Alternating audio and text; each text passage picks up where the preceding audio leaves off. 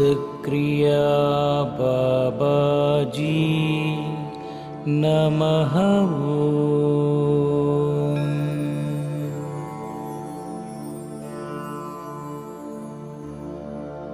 ओम सिद्धक्रिया बाबाजी नमः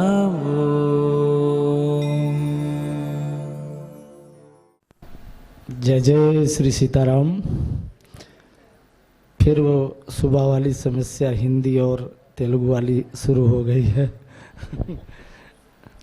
इतनी देर तक हम भी आप लोगों को भाषा छोड़ के भाव से सुन रहे थे, तो 10 मिनट हमें भी सही है। कितने लोग हैं जो थोड़ी बहुत हिंदी समझ लेते हैं? अरे वाह, सफिशिएंट है, इतने लोग तो बहुत हैं। कबीर दास जी का नाम सुना होगा आपने। कबीर दास एक ऐसे महात्मा हुए। अरे वाह। कबीर दास जी ने कहा है, सब धरती कागज करूं, पूरी धरती को हम कागज बना दें। सब धरती कागज करूं, लेखनी सब बन राय। पूरे जंगल को काट के सब लेखनी कलम बना दिया जाए और पूरी धरती को कागज बना दिया जाए, और 7 समुद्र की मसी करूं, 7 समुद्र के जल को हम स्याही बना दें। इतना कहा उन्होंने। कबीरदास जी ने देखिए कैसे गुरु को बताया है कि सब धरती कागज करूं, लेखनी सब बन रहा है। सभी जंगल को काट के मैं लेखनी बना दूं और 7 समुद्र की मसी करूं, 7 समुद्र को स्याही बना के फिर मैं गुरु का गुण लिखना, तो गुरु गुण लिखा न जाए। फिर भी गुरु का गुण नहीं लिखा जा सकता है। ये गुरु की महिमा कहा है कबीरदास जी ने।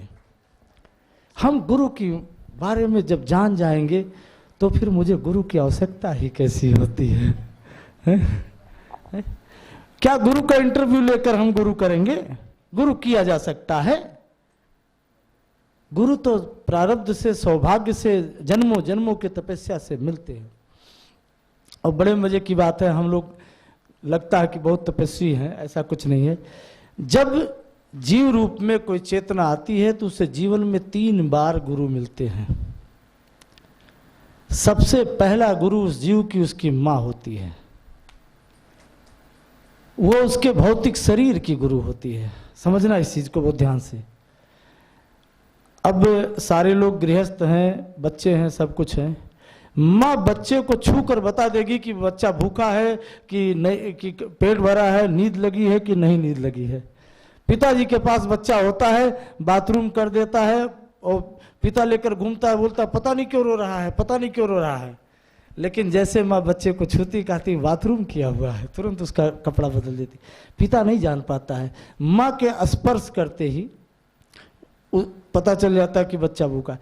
अब इसको संज्ञा दिया लोगों ने। आपने हैन देखा, मुर्गी, मुर्गी अगर अंडे पे न बैठे तो जीवन नहीं निकलेगा। तो माँ अगर बच्चे को ना स्पर्श करे, ना तेल मालिश करे, ना सेवा करे, तो जीवन निकलना बहुत मुश्किल है। तो पहला गुरु उस जीव का कौन हुआ? माँ।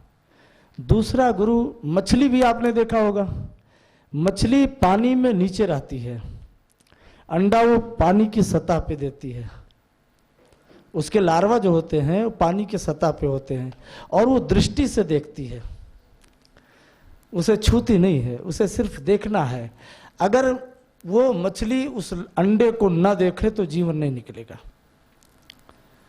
मछली अगर हटा दिया जाए अंडे के पास से तो जीवन नहीं निकलेगा। उसकी दृष्टि ही जीवन देती है। ऐसे ही उस जीव का जो पिता होता है वो दृष्टिगत गुरु हो गया। आप देखते हैं घर में कभी बच्चे के बारे में हालचाल गार्जियन नहीं पूछते हैं, आप लोग नहीं पूछते हैं। अचानक पता चला कि किसी दिन बच्चा किसी रिश्तेदार के यहाँ चला गया और उस दिन जरूर पूछेंगे कहाँ गया गोलू।